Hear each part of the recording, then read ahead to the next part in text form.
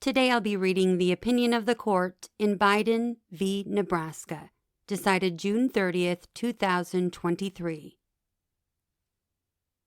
Chief Justice Roberts delivered the opinion of the court in which Justices Thomas, Alito, Gorsuch, Kavanaugh, and Barrett joined. Justice Barrett filed a concurring opinion.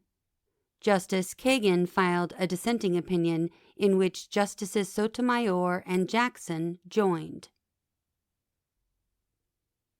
To ensure that Americans could keep up with increasing international competition, Congress authorized the first federal student loans in 1958, up to a total of $1,000 per student each year.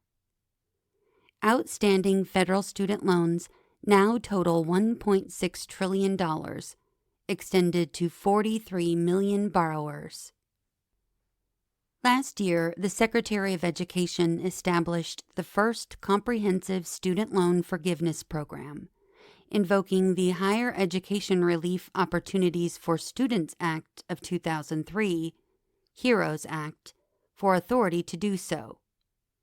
The Secretary's plan canceled roughly $430 billion of federal student loan balances, completely erasing the debts of 20 million borrowers and lowering the median amount owed by the other 23 million from $29,400 to $13,600.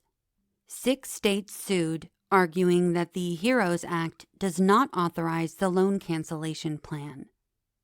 We agree. Part 1, Section A. The Higher Education Act of 1965, or Education Act, was enacted to increase educational opportunities and assist in making available the benefits of post-secondary education to eligible students in institutions of higher education. To that end, Title IV of the Act restructured federal financial aid mechanisms and established 3 types of federal student loans. Direct loans are, as the name suggests, made directly to students and funded by the federal fisc. They constitute the bulk of the federal government's student lending efforts. The government also administers Perkins loans, government-subsidized low-interest loans made by schools to students with significant financial need, and Federal Family Education Loans, or FFELs, loans made by private lenders and guaranteed by the federal government. While FFELs and Perkins loans are no longer issued, many remain outstanding. The terms of federal loans are set by law, not the market, so they often come with benefits not offered by private lenders. Such benefits include deferment of any repayment until after graduation, loan qualification regardless of credit history, relatively low fixed interest rates, income-sensitive repayment plans, and, for undergraduates with financial need, government payment of interest while the borrower is in school.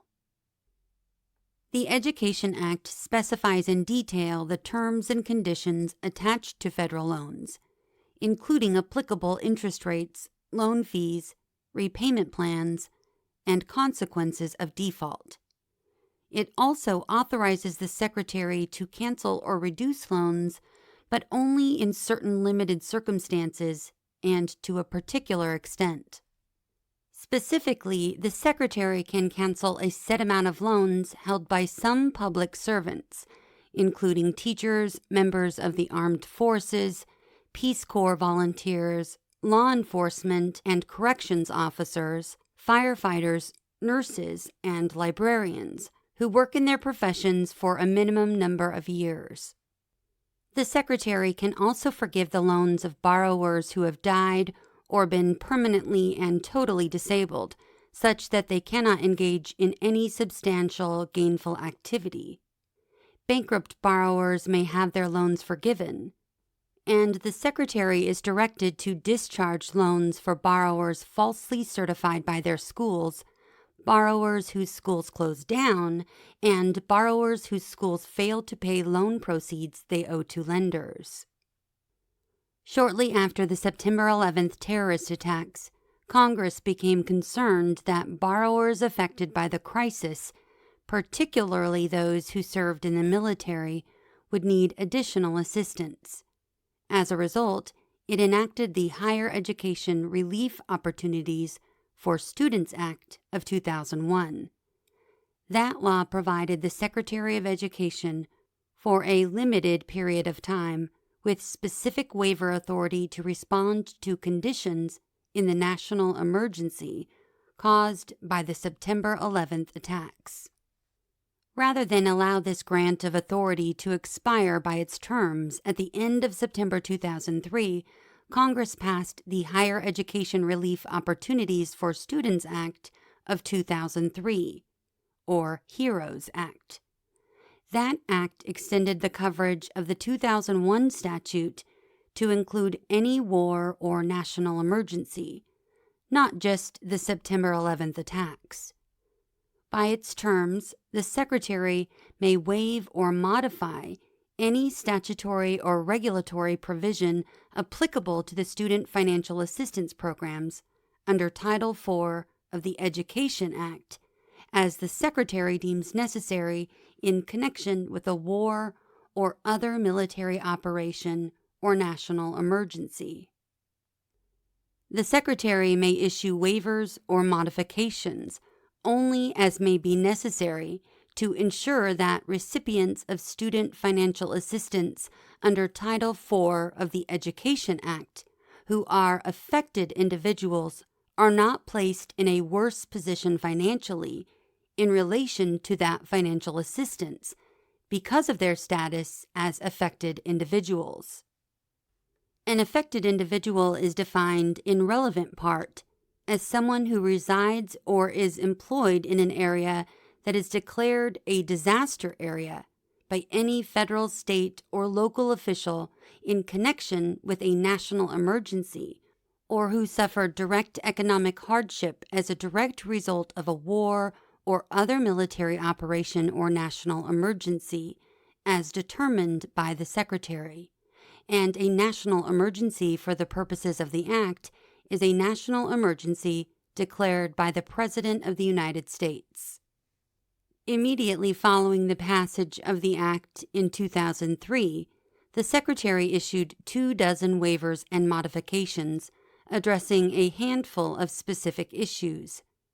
Among other changes, the Secretary waived the requirement that affected individuals must return or repay an overpayment of certain grant funds erroneously dispersed by the government, and the requirement that public service work must be uninterrupted to qualify as an affected individual for loan cancellation.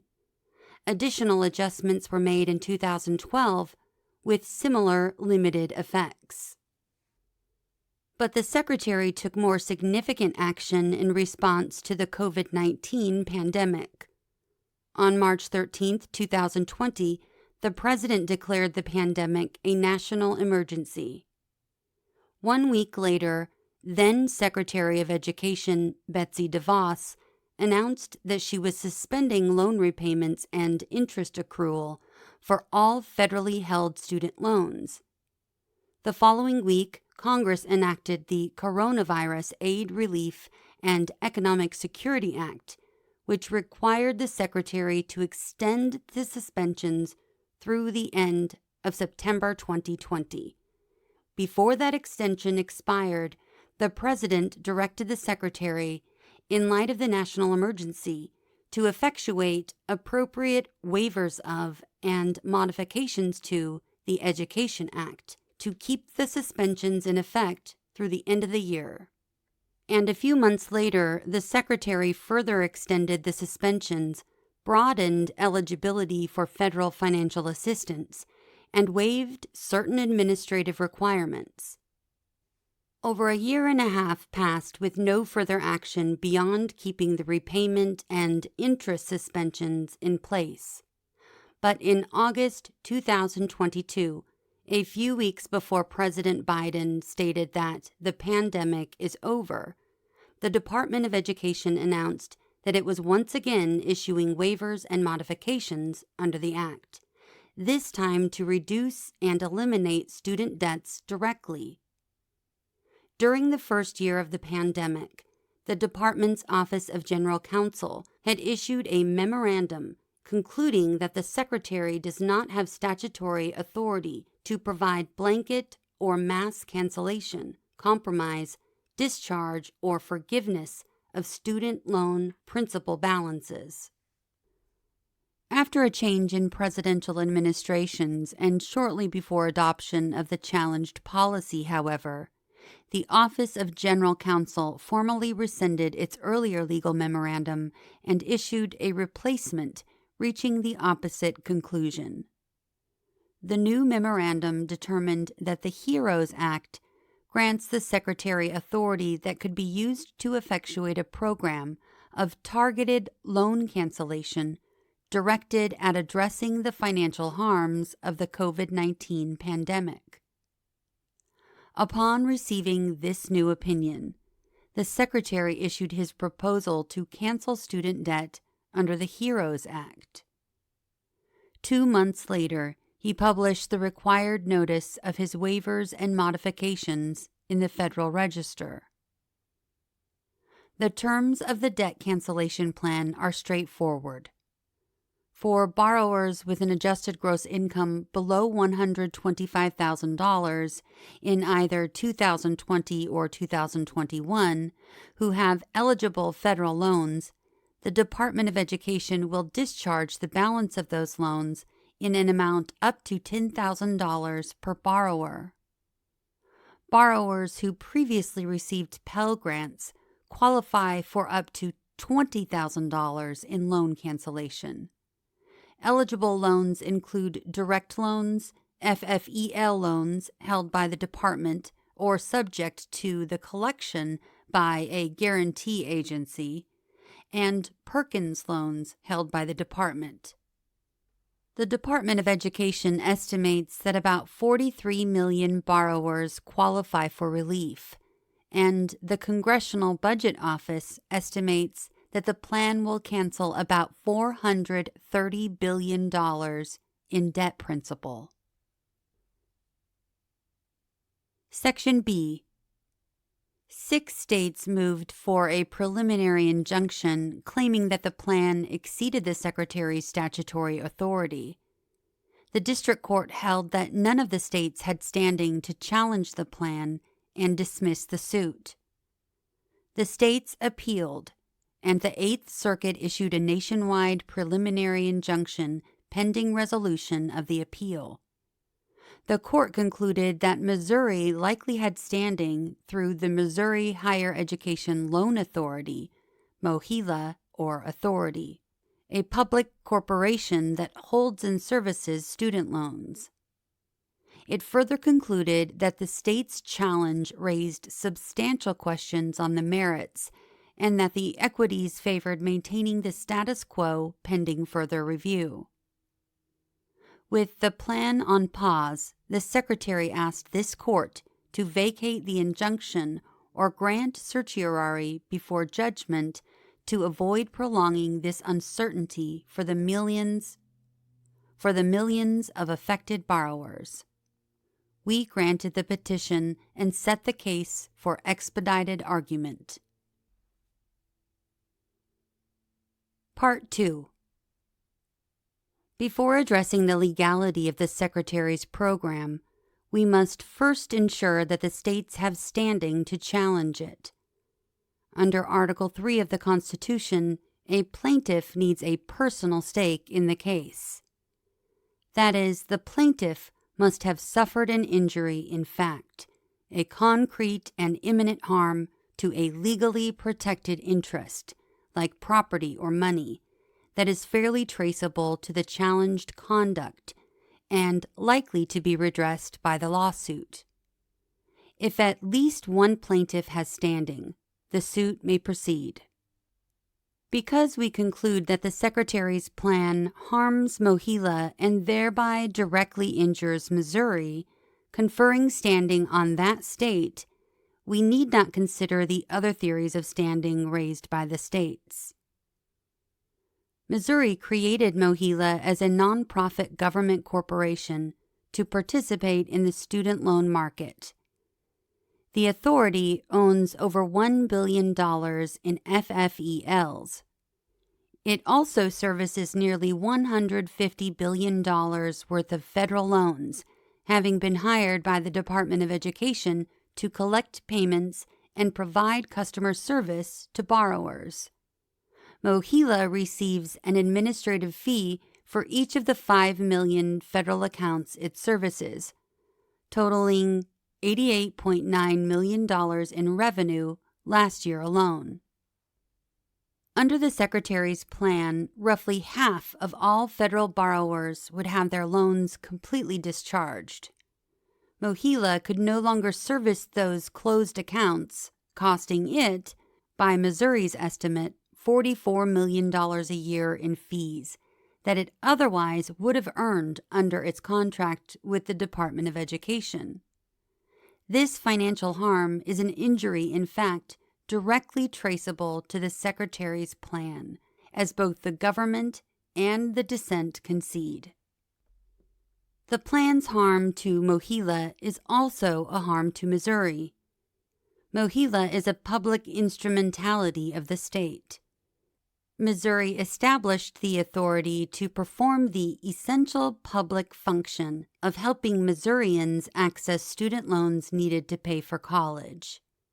To fulfill this public purpose, the authority is powered by the state to invest in or finance student loans, including by issuing bonds. It may also service loans and collect reasonable fees for doing so. Its profits help fund education in Missouri. MOHELA has provided $230 million for development projects at Missouri colleges and universities, and almost $300 million in grants and scholarships for Missouri students. The authority is subject to the state's supervision and control. Its board consists of 2 state officials and 5 members appointed by the governor and approved by the Senate. The governor can remove any board member for cause. MOHELA must provide annual financial reports to the Missouri Department of Education, detailing its income, expenditures, and assets. The authority is therefore directly answerable to the state. The state sets the terms of its existence, and only the state can abolish MOHELA and set the terms of its dissolution. By law and function, MOHELA is an instrumentality of Missouri. It was created by the state to further a public purpose, is governed by state officials and state appointees, reports to the state, and may be dissolved by the state. The Secretary's plan will cut MOHELA's revenues, impairing its efforts to aid Missouri college students. This acknowledged harm to MOHELA in the performance of its public function is necessarily a direct injury to Missouri itself. We came to a similar conclusion 70 years ago in Arkansas v. Texas, 1953. Arkansas sought to invoke our original jurisdiction in a suit against Texas, claiming that Texas had wrongfully interfered with a contract between the University of Arkansas and a Texas charity. Texas argued that the suit could not proceed because the university did not stand in the shoes of the state. The harm to the university, as Texas saw it, was not a harm to Arkansas sufficient for the state to sue in its own name. We disagreed. We recognized that Arkansas must, of course, represent an interest of her own and not merely that of her citizens or corporations, but we concluded that Arkansas was in fact seeking to protect its own interests because the university was an official state instrumentality. The state had labeled the university an instrument of the state in the performance of a governmental work. The university served a public purpose, acting as the state's agent in the educational field. The university had been created by the Arkansas legislature, was governed by a board of trustees appointed by the governor with consent of the Senate, and reported all of its expenditures to the legislature. In short, the university was an instrumentality of the state, and any injury under the contract to the university was an injury to Arkansas. So too here. Because the authority is part of Missouri, the state does not seek to rely on injuries suffered by others. It aims to remedy its own. The Secretary and the dissent assert that Mohila's injuries should not count as Missouri's because Mohila, as a public corporation, has a legal personality separate from the state. Every government corporation has a distinct personality. It is a corporation, after all, with the powers to hold and sell property and to sue and be sued. Yet such an instrumentality, created and operated to fulfill a public function, nonetheless remains, for many purposes at least, part of the government itself. In LeBron v. National Railroad Passenger Corporation, 1995, Amtrak was sued for refusing to display a political advertisement on a billboard at one of its stations. Amtrak argued that it was not subject to the First Amendment because it was a corporation separate from the federal government. Congress had even specified in its authorizing statute that Amtrak was not an agency or establishment of the United States government. Despite this disclaimer, we held that Amtrak remained subject to the First Amendment because it functioned as an instrumentality of the federal government, created by a special statute explicitly for the furtherance of federal governmental goals of ensuring that the American public had access to passenger trains. Its board was appointed by the President, and it had to submit annual reports to the President and Congress. Having been established and organized under federal law for the very purpose of pursuing federal governmental objectives under the direction and control of federal governmental appointees, Amtrak could not disclaim that it was part of the government. We reiterated the point in Department of Transportation v. Association of American Railroads, 2015. There, railroads argued that giving Amtrak regulatory power was an unconstitutional delegation of government authority to a private entity. We rejected that contention, noting that Amtrak was created by the government, is controlled by the government, and operates for the government's benefit. It was therefore acting as a governmental entity in exercising that regulatory power. That principle holds true here.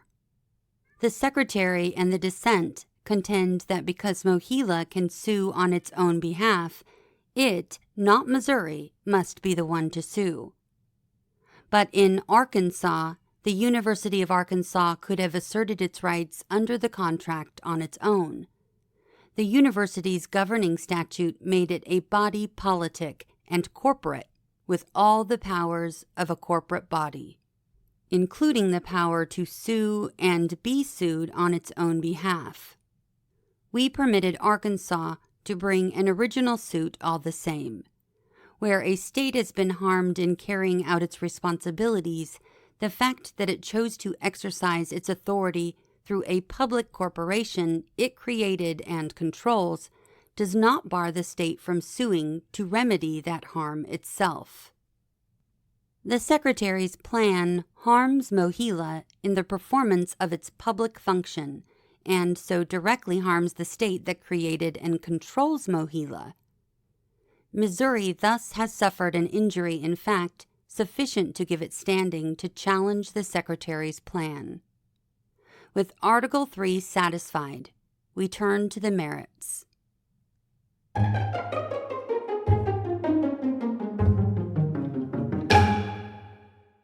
We've come to the end of the first half of this opinion, but don't worry, next episode will pick up exactly where this episode left off.